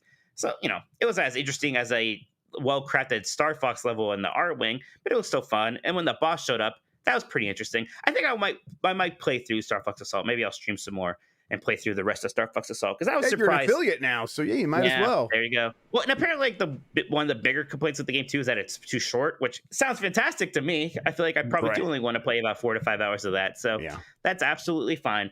But yeah, I was surprised how much like that. Same thing with Kirby Air Ride, another one. Yeah, that looked fun. Completely missed, and it was a great time. And I feel like if I played more of it and really started to optimize how that works, I would have really enjoyed that. And again, the complaint there is oh, there's not enough modes, there's not enough to do here. Completely fine now. I don't mind that. It's the kind of things where it's like in the way that we engage with these games now through Dolphin, download them. It's like something that you could just throw on a stream for 30 minutes and have a real good time is sort of choice. It's like, this is ideal almost. And that's what it definitely looked like. I would get if you were a kid and you had to spend $60 and you end up picking that up or whatever, or $50, whatever it was back then. And you end up picking that up. I could see some disappointment. You're like, oh, I already had Mario Kart and maybe I should have just stuck with that instead of getting this as well. But it's it's just different enough. There's enough cool stuff going on. It's got some cool ideas with that verticality and stuff, like the sort of downhillness. It is definitely a game that I feel like would have been a very, very good rental. I wouldn't have been unhappy owning it, but it's a fantastic rental kind of a game. Yes. For sure. And but gosh. The music was good too. The music was good. I mean, the music in a lot of games was very good, but yeah, Kirby, the Star Fox Assault music was actually shockingly good. I was like, "What the hell?" I mean, this is so itchy, and I'm so sorry. I just can't stop touching it. Get in there. Do your dirty work. Goddamn nose hairs. Okay, I know. I have the same problem. I will say that I lost my. Oh yeah, Namco Bandai, or it was just Namco back then, right? Made Star Fox Assault. It's that those relationships go way back 20 years, and they're still working together on games and stuff like that. Smash Bros stuff now, right? Yeah, exactly. So it's fun when I realize that. I'm like, oh yeah, this is just how they've always done business. So yeah. I don't know. Sega did F-Zero GX, and I played that, and man, that game still is just absolutely fantastic and super fun. Holds up perfectly well. I still have a bunch of tabs open on a website, and I'm like, yeah, I might play this Frogger Beyond game. I think I remember had good things about that. Oh my god! Oh, it was Frogger Ancient Shadow. I think it was the one that people really liked. And then, oh my god! I think it's time. I might just start playing Fire Emblem Path of Radiance. Yeah, I would like to play. Well, that's one I kind of want to wait to get the Steam Deck and see if I can upload. Point. Yes, that'd be upload it on there. That would be a fantastic way. But it's Geist, Geist. Yeah. I always wanted to play Geist. It did it scored okay, and I think I was just oh, it wasn't the best game ever, so I didn't get it back then. I'm I should have just. Now it's what the hell? Yeah, what the hell? There's a lot of stuff that I still want to go back and check out, and yeah, it was. Yeah, I came away from the stream somehow liking GameCube even more than I did before it. Yeah, well, I mean, when you find out there's even more great games that you haven't played, or that you didn't spend enough time with, it's man, this library just keeps going in really strong ways. It didn't when you look at the list of games, when you actually are on a website where that has all of them. It's oh, there's there's no games that begin with the letter Q on the GameCube, and it's okay, that's. It's not there aren't a ton of games. You could play all of them. Yes, right? Yeah. Its library is pretty limited, and I think that's one of the reasons why GameCube games are worth so much. The system didn't sell a ton, so just physically they didn't make a ton of those games. But then also the library itself, it's when you could imagine yourself completing. And it's obviously now that would be really difficult because those games get very expensive and very hard to find. But still, it's a small library, and yet it just continues to punch above its weight. So that was a really fun stream. I'm glad we did it, and we will do more like that. We'll probably start making maybe even a regular game night where we go on and play some like online games, especially with Dolphin because it makes it so easy. I was having fantasies of just starting a GameCube YouTube channel. I won't lie. God knows I probably don't have time for that, but it would be fun. Like Rogue Leader is still so much fun. Just everything I played was just such a good time. And your video is probably going to be deleted from Twitch's server in the next week or so. So if you want to back that up, you should do that because people were asking you to do that. So, I didn't realize it worked like that. So that's great to know. So I think you have like 2 weeks unless you subscribe to Twitch Turbo or you're a partner. In that case, I think you get 2 months. Firestar 66C was asking, why do people say Namkai Bando is just a joke or what? They were Namkai Bando for a bit. We're just old and confused. I know they've been Bandai Namco forever now, but yes, that's just, forgive us. No, wait, no, stop, Mike. You broke my brain. I think you said Namdai Bamco. Did I? I mean, yes, multiple times. Well, great. That's not what you meant. That's like we were talking about specifically about how people talk about them. So you like, why do people say Namkai Bando when it's Bandai Namco, right? Yes. Okay, so so look. Do it. Just play it. Yeah. It was just Namco. Yes. Namco bought Bandai. It became Namco Bandai, and then they changed the name to Bandai Namco, which it is now. Yes. Yes. We did it. We got it. Okay, we did it. Yes. And also, Nick Turbo, shut the hell up about Shin Megami Tensei 5, you weirdo. I've talked about that game in the last few episodes. I played a little bit more of it. How is it? You glad? Keep spamming messages. You're gonna get banned the next time you go on one of these spam sprees. I swear to God. We're gonna put Nick Turbo in Mod Junior jail. That's right. Yeah. No, it's already on thin ice, and he's pulling this shit now. Man, he didn't even do his super chat. He whines that I don't read his chats. He knows the rules. He knows. Yeah, he should know better than this. Well, we'll have to do something about his crimes. Yeah, he'll go to Nintendo jail with us. But aside from that, I've been playing a lot of KOTOR still. In fact, like I started Brilliant Diamond just so I could talk about it, and then went back to KOTOR. Then I went back to KOTOR. Yeah. I was like, all right, back to KOTOR. I think I'm just playing through this now. I just got on Tatooine, so I'm gonna unlock HK-47 soon, and that'll make me happy. I love that KOTOR is now a game on a Nintendo system that I can talk about. Yep. Yeah. Exactly. Yeah. That game is fantastic. I've been busy with Halo's campaign, so I had to put down KOTOR, but and then I started playing Pokemon a little bit, but I also will go back to that. I bought it because I wanted to play through it on the Switch, so I'm going to do that. Although, when I get the Steam Deck, I also might get it and then mod it to all hell and play it through that way, but we'll see. Play KOTOR 2 on the Steam Deck after you play KOTOR 1. And that's the one you need to mod to all hell. So that's a very good point. You need to mod to get the ending. And it's a game that people love apparently. And it's like at the time, it's like I just skipped it because the early reviews were like, oh, it has problems, but it's like nowadays, especially with those mods, but even before the mods, there are people who are like, this is an even better story in terms of like where they're going with the Jedi stuff. So. It's also the people say that are the people who love The Last Jedi. So I'm like, okay, I need to go play KOTOR 2. Well, now maybe I'm not a Jedi. Yeah. I love the design of the box villain on KOTOR 2. I always thought he looked really cool. Yeah, agreed. Anything else, Mike? But for me, I've been busy with Halo, like I said, so I don't have too many other Nintendo games to talk about. No, just all that. I mean, aside from Nintendo, I've been playing a lot of Tales of Rise and Halo also, so it's been busy, and there's some things I need to get to still before the end of the year here. But yeah, nope, time just to get ready for Thanksgiving. We'll be back on Friday for a Black Friday episode of GamesBeat Decides. That's going to be fun. In the meantime, Jeff, where can people find you? I am Jeff Grubb on Twitter, coming out in our Discord, discord.gg/GameMess. If we go live on Twitch, it's a good place to find it. If we post a video, if we're going to do a game night, anything like that, all that stuff happens there. You could also, through that Discord, find a link to the patreon.com/GameMess and join us in Podcast Producers channel and other hidden channels for where we do all our secret dealings and our cabal stuff. And then we'll be back with GamesBeat Decides this Friday. I think we'll probably should we do it around the same time we do Nintendogs, like 9:30? Do it early in the day, just get it out of the way. Sure, that makes sense. That's what. So 9:30 Mountain time. You sure you don't want to sleep in? Can you sleep in? I don't know. Yeah. Listen, I woke up at I looked at it was like 9:35. I'm like, I ran straight downstairs. Actually, I came straight here. Sorry, bye. I stepped over Mike. You get Tokoto everywhere. Bye, everybody. Tokoto. Bye, everybody.